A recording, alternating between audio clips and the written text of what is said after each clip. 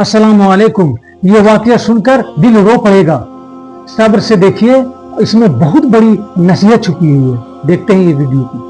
एक ऐसा शख्स जो खुद को खुदा कहेगा, जिसके एक हाथ में जन्नत होगी और दूसरे में जहन्नुम, जिसका एक कदम मशरिक में और दूसरा मगरिब में होगा। उसकी पेशानी पर साफ लिखा होगा काफिर, जिसे हर सच्चा मोमिन पढ़ लेगा, चाहे वो पढ़ा लिखा हो या नहीं। वो ऐसे वक्त में जाहिर होगा जब लोग उसका जिक्र करना छोड़ चुके होंगे, जब मस्जिदों के मिंबरों से उसकी चेतावनी देना बंद हो चुका होगा और दुनिया गफलत में डूबी होगी। उस समय 3 साल का सख्त कैद होगा। पहले साल बारिश कम होगी, दूसरे साल और घटेगी और तीसरे साल आसमान से एक कतरा भी नहीं गिरेगा। लोग भूख से बिलख रहे होंगे। तभी वो आएगा एक झूठे मसीहा बनकर और कहेगा, मुझ पर ईमान लाओ, मैं तुम्हें पानी दूंगा, मैं तुम्हें रिज्क दूंगा। और फिर अपने फितने से आसमान को हुक्म देगा, बारिश बरसेगी, जमीन को हुक्म देगा, फसलें उगेंगी। लोग धोखा खा जाएंगे और उसकी झूठी जन्नत के पीछे भागने लगेंगे। वो शैतानों की मदद से ऐसे करिश्मे दिखाएगा कि लोग हैरान रह जाएंगे। यहाँ तक कि वो लोगों के सामने उनके मरहूम रिश्तेदारों जैसा धोखा पैदा करेगा और कहेगा, देखो मैंने इन्हें जिंदा कर दिया, मैं ही तुम्हारा रब हूँ। हदीसों में आता है कि वो एक जवान आदमी होगा, घुंघराले बालों वाला, और उसकी एक आंख फूले हुए अंगूर की तरह बाहर निकली होगी, जबकि तुम्हारा रब ऐसा नहीं है। उसके पास एक अजीब और तेज रफ्तार सवारी होगी, जिससे वो पूरी दुनिया में घूमेगा और हर उस जगह पहुंचेगा जहां अल्लाह इजाजत देगा। लेकिन मक्का और मदीना में दाखिल होना